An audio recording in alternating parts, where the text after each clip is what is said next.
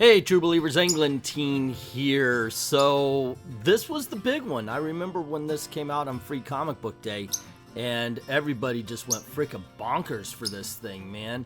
The Last Ronin. Now, I am a casual Teenage Mutant Ninja Turtles fan. I remember reading the first issues, not first printing. I wish I was a part of that crowd.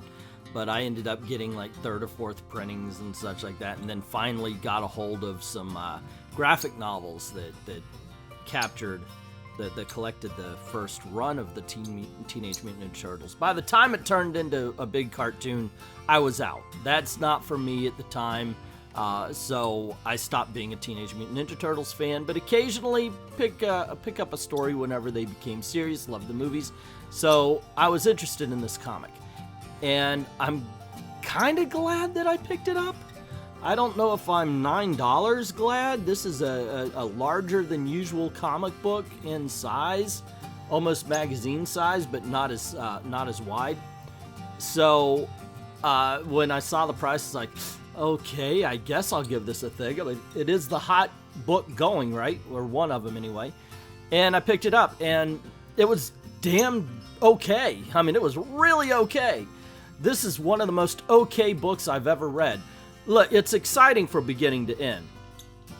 We have a turtle. We do not know who the Ronin is. That's the build-up. At the very last page, they tell you, and I'm not going to tell you here. But he's talking to his brothers as he's trying to infiltrate a tower to get to the bad guy. And it's a very simple story. It's very simply done. But there is no character here. They want to make sure that everything is mystery, so you don't get character from the turtle. And it's just, he's going after the bad guy because the turtle said he's bad guy. You get no information. This is absolutely, why don't we watch this turtle do action stuff? So you get a lot of action scenes. It's all plot without a story to get in its way, to tell you the truth. And granted, if you already understand a little bit of turtle lore, you understand the words they're saying. Hey, look, it's a Mauser. But if you don't, this isn't going to help you out. I don't think anybody would be like, ooh, I want to pick the $9 book to be my first turtle book. But if you do, you're going to be a little lost, because this is not new reader friendly. At the same time, it absolutely is accessible, if that makes any sense. I mean, you don't need to know anything, but you're not going to learn anything either. So I'm hoping maybe the second issue will actually begin to tell us a story. It looks like it might. I mean, at the very least, we've got to find out what happened to the other turtles and how the world got to this place that it's in right now. Overall, would I recommend this? Yes. I know I've just spouted off a whole bunch of contradictions, but in all honesty, yeah, I enjoyed this book, even though I gotta say it's not new reader friendly. Once again, for those of you who know even the slightest bit about the turtles like me, it's a heck of a lot of fun. Next up, let's talk about Red Hood and the Outlaw, or Red Hood Outlaw. Red Hood and the Outlaws was such a great title. Guys, come on, bring it back. This is issue number 50 of Red Hood Outlaw. Then this is, much like Batgirl number 50, a follow-up on the Joker story, the Joker War. And so we're basically focusing on a school for gifted youngsters that Jason Todd had set up. It actually reminded me of, what is that, Mrs. Pettigrew or whatever her name was. So he goes to this school and kind of inserts himself where he's not wanted, and he's basically there to take care of Duella Dent, Joker's daughter. And at first I was really disturbed with this, I gotta tell you. Because it seemed like, wow, you are an enabler for somebody who really doesn't need that kind of attention. Because he goes in there and she's all quiet and everything, and she's, afraid to speak. So he puts a mask on her and she starts acting like, crazy Duella Dent. And then, of course, she's trying to walk again, and he starts berating her and just playing into the psychosis more. And so I was thinking, wow, this might be one of the most disturbing things since I saw Riri Williams having a holographic image of her dead friend. And it's just sickening. And I don't know where these comic book writers are coming from. But then things get turned around. And I ended up really liking this issue because we do see someone get redemption. Now, I'm pretty sure it's going to be undone pretty soon because you can't have a character sit dormant for a while, a long time. You have to bring him back. But this was a good way to end the story of Duella Dent. And yes, even though it's Jason Todd who's carrying the message, make no mistakes, this book is about the Joker's daughter. This book is about Duella Dent, and I gotta tell you, I found it to be quite entertaining. Everything that the Batgirl wasn't, this was. Everything that the Batgirl was, this isn't. This is a well-written, well-drawn, well, okay, Batgirl was well-drawn too, but entertaining book, while Batgirl was just a heap of crap. This had respect for the characters.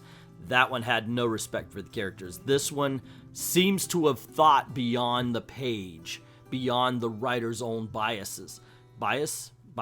Yeah. And in the end, it tells a simple story about people who care for each other and people who actually want to help each other, while Batgirl was a bunch of me. Guys, if you're going to get an issue 50, this is the one to get. Next up, let's talk about Black Widow, Widow's Sting, #1. And I gotta tell you, this was hard to find a Marvel comic because I don't read Marvel comics very much anymore. And I figured, okay, I need to find something I don't have any kind of bias towards. And this was it. And what I thought was, oh, wait a second, no, this is awesome, because I read Wonder Woman 84 that should have been out with its movie. This is, of course, a movie tie-in, so they want to make sure that, this came out at the same time. And in all honesty, this kicks the crap out of the Wonder Woman book. You have Black Widow breaking into Silvermane's mansion because she heard he's got a weapon, which he does, in fact, display. It's the Wanda Watum. He stole it from a museum. It was on loan from Doctor Strange. And the weird thing, and this is what negates everything and makes it stupid, is he says, I'm in control of the Mafia, or he says Magia now.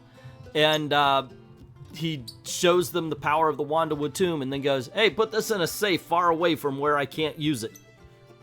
And then the Black Widow follows the guy with a wand, and he goes to, she goes to get it from him. And the weird thing is she's got to go through these traps. It looks like it was set up by freaking One-Eyed Willie. I swear to gosh, it was just one of those things. I'm like, really? This is below his mansion. And the whole thing is, if you have something that powerful and you can't use it when you're not touching it, then why would you ever get it off your person? Make a sheath for it in some way, shape, or form. Keep it on your body so when you need to use it, it's there. And if you need constant contact, then have it some way touching your flesh all the time. It just doesn't seem, it seems stupid, this whole setup. It's an entertaining book with a freaking dumbass plot. It's absolutely different than what I was talking about with the Teenage Mutant Ninja Turtles, because here you do get some character while you're getting the action, but the whole setup, the reason for her to be there, is dumb. It's just a stupid play on every shape or form, and I couldn't get past that. Would I recommend Black Widows? Now, if you're a Marvel zombie, then yeah, you're going to get it. Nothing I could say is going to help you. Otherwise, I would say, no, don't. This is not a book to get. Alrighty, gang, and as usual, I line up these covers from worst to best as I talk about them. Going back over it, I think Black Widow's Sting is a near miss. There's something there, but they just don't achieve it. Oh man, it could have been so good. Next up has to be The Last Ronin, where I got to tell you, it's a lot of fun. It really is. And I know this is coming into second printings. Even though the Speculator stick out the first printing, you do have a chance to check this out through the trade paperback or the other printings. And I do recommend you do that, especially if you're a Teenage Mutant Ninja Turtles fan. I think you're going to be entertained by this one. A lot of fun, just not very deep. And finally, the winner of the video, I guess, is Red Hood Outlaw. Sure, it's about Duella Dent and not Red Hood, but it does give you character. It gives you action. It gives you the story and the plot together. and the art to boot.